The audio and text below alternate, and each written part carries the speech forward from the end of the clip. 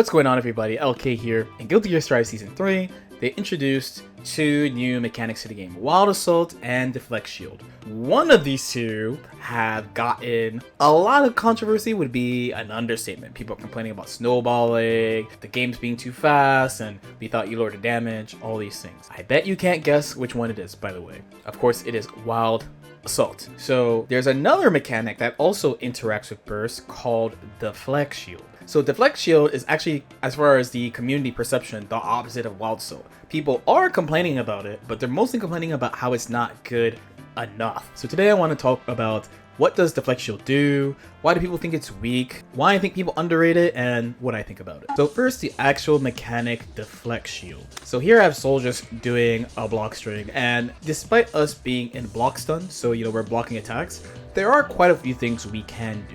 So if I mash, of course, nothing is going to come out, but I could do things like try to instant block to keep him closer to me. So while this doesn't change the block stun, it just puts him closer to me on certain moves, and it definitely affects how people rush you down. If we use a little bit of our attention gauge, we can use Faultless Defense to push him far away. Notice how he's almost a character-ish length away, where the default string, he's going to be quite close in this situation. For 50 meter, we could straight up turn the situation around using YRC. So this causes a +10 guard crush, in which we can strike him, try to throw him, do all sorts of things. If you're really desperate and really want to avoid mix-up situations, you could burst out of block stun. This is very desperate, a very desperate situation if you're doing this, but something you can do, and there are times where it's actually worth doing this. But in between all those, they added this mechanic. So that push block that costs 50% of my burst is called Deflect Shield. Where Wild Assault is quarter circle forward plus dust, Deflect Shield is quarter circle back plus dust. But this move has a ton of pushback. It beats highs and lows at the same time. So I have Soul doing empty jump low here, 2K, crouching kick, and Soul doing air dash back overhead here.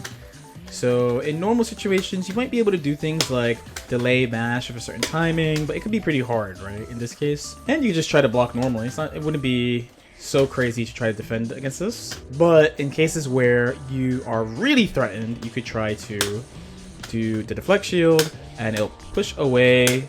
And also, no matter what they do, it will cover you for both highs and lows. In the case of cross-ups, depending on how they connect, if your Deflect Shield is active, it will still hit them away, but if you wait too long, you'll get Wild Assault instead, so you will generally be able to get hit by left-right mix-ups if they're set up properly. Finally, if you wait too long, you can be baited and punished. Final couple of things. As far as the actual string, so I'm using Soul's Close Slash 5H, so that's an attack level 3 into attack level 4 move, which means these are moves that have a lot of hit stun and block stun, and also increase your guard gauge a lot, which is under my burst gauge. If I use Deflect Shield, I don't gain any risk gauge. You can see the difference. It also negates chip damage as well. So why do people think this mechanic is not that great though? So one reason is that it doesn't guaranteed get you out of certain situations despite it being a push block.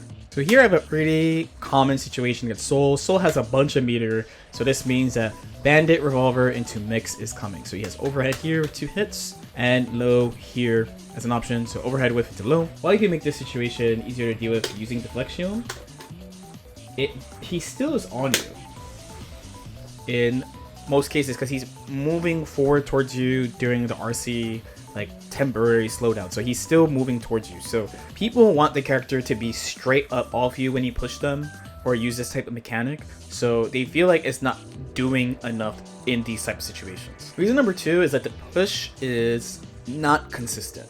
I have Soul doing 3 different attacks here. You have the 2P, which is a very low attack level.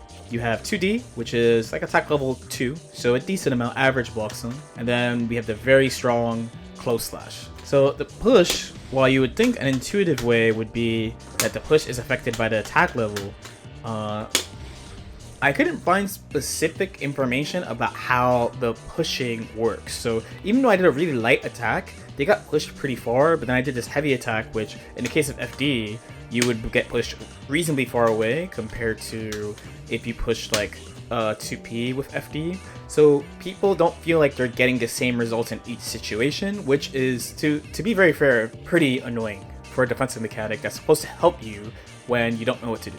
Reason number 3 is that the counterplay to it is pretty straightforward. So there's two main things people tend to use against Deflect Shield. So one would be to simply bait it. So we have Soul doing close slash here. So if I do it here, I am very dead, like I showed off before. Another one, which is far more common, is by using 50 meter. So when you use RC, you negate the pushback of Deflect Shield. More effective than just waiting and hard baiting it, right?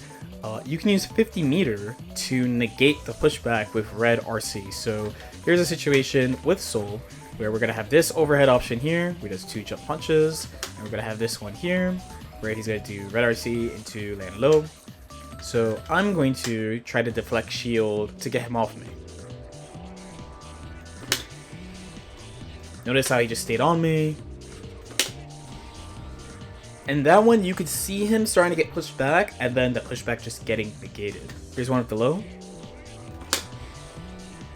Stays on me. And then the final reason is that the input is kind of funky. So Wild Assault is on 236. So this is like an advancing quarter circle forward. So there's not really a time you're going to be accidentally doing Wild Assault, and you can't do Wild Assault in the air. Deflect Shield, you can do it in the air, but if you mess up, you might get air thrown, which can happen. Or I've seen times where people do this, we're trying to run up and air throw people. But also sometimes in block stun, it's a little bit weird. While recording this, you know, we have the magic of editing, right? There were a bunch of times where I'm like, I'm going to deflect shield here, and it just didn't come out. I generally try to do it with half circle instead of quarter circle back, just to make sure I actually get the input. So why do I think people underrate this? I think it's because it is a push block, and people expect a lot out of this. So the gold standard for push blocks in fighting games are like Marvel vs. Capcom and like Vampire Savior, where you really push people full screen. You push people off you totally. Every case of push block that I saw where you don't have this, or there's some type of caveat around this, people are not happy with. One example is Dragon Ball's Reflect. You might be like, Reflect? But you can't do that in block stun. Exactly. So even though Reflect is a pretty strong defensive mechanic, people were not happy that you couldn't do it in block stun. They wanted push block. Of course, in that game, a lot of moves in the game are minus frames, so if you were able to just push people off you in negative frames, there would just be no offense in the game. So this one you can do in block stun, but having it as a get off you would be really strong. And as I showed before, you already have burst. If you really actually want someone off you, you have YRC, you have burst, you have IBFD, you actually have a bunch of ways to get people off you. So I think with Deflect Shield, the application is key. These type of defensive mechanics, they're not supposed to actually be used for everything. They're supposed to be used to like mitigate situations or make it easier to get out of situations, but it's not like get out of jail free card. It would be pretty weird, I think, if 2 deflect shields were more valuable than 1 burst, the thing that gets you out of combos, and in some characters' cases, let you set up your game plan also. So I actually think this mechanic is pretty well balanced compared to Wild Assault. So let's look at some examples of use cases for Deflect Shield. So in this example, I have Soul doing a pretty common thing, OTG and just like close slash 5H. So if you're a character of long range, you can straight up use Deflect Shield and mash after, and assuming the opponent gets pushed out far enough, you'll get a combo. So any character you can think of with long range, Testament, Axel, Nagoriyuki, they can use Deflect Shield like this. As I mentioned before, you can use Deflect Shield to beat highs and lows at the same time. So if you're in a spot where you really think it's a 50-50 and you really don't know what to do, you can try to use Deflect Shield.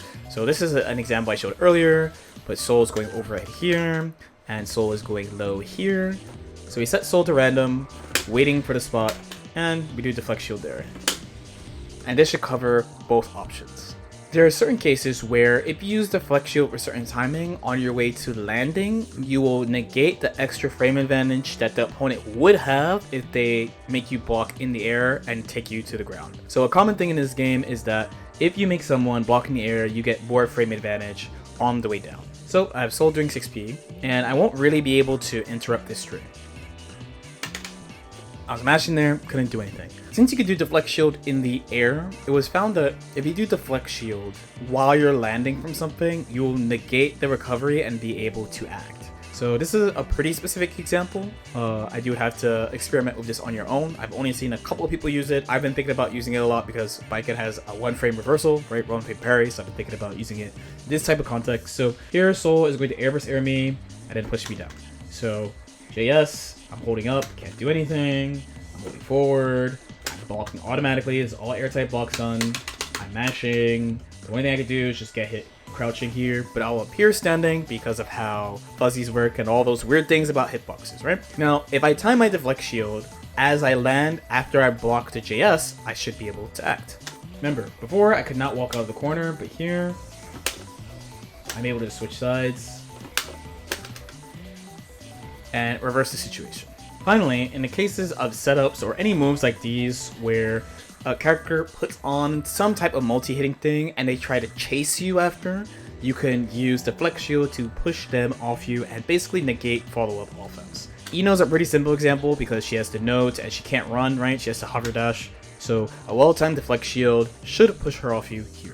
So in my head, it's all about application. Application really is key. There shouldn't really be a defensive mechanic that does absolutely everything for you, and this game already does have a pretty good suite of defensive tools between instant block, FD, IBFD, burst, both blue and gold burst, yellow rollman cancel, and now this. I think the main thing is that like when people see mechanics like this, they really want it to be just a get off me, guaranteed, easy to use one. I don't think there should be a defensive mechanic that just solves everything. In this game, we're already kind of close because YRC is basically you spend 50 meter to just end your opponent's offense, and they have to really go out of their way to bait it in a lot of cases. As opposed to dead angles, where dead angles in Exert are very strong, but many of them have some type of counterplay that you can use to work around it without really giving up your offense. So unlike Wild Assault, I actually think Deflect Shield is in a pretty good spot.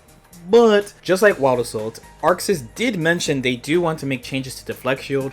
Personally, I hope they just somehow deal with the input being kind of funky. Again, with the magic of editing, everything's gonna look great, but I definitely made some mistakes and got hit trying to do Deflect Shield, and that would definitely make you feel worse about this mechanic if that happened to you.